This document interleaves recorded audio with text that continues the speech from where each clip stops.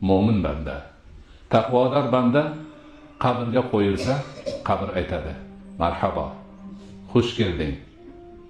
Sen mening uchun o'zimni ustimda yurganlardan ko'ra afzalsan. Sen taqvodorsan, sen mo'minsan. Ana shunda qabr kengayadi. Mo'min bandaga jannatdagi joyi ko'rsatiladi va u osoyishtalik bilan qiyomat bo'lishini kutadi. Agar qabrga kofir, munofiq, osiy banda qo'yiladigan bo'lsa, xush kelmading. Marhabo emas senga. Sendan ko'ra men uchun ustimda yurganlar afzal. Deydi-da, bir qisqanda deydi, qovurg'alari mana bundoq bo'lib ketadi deb qo'llarini ko'rsatdilar.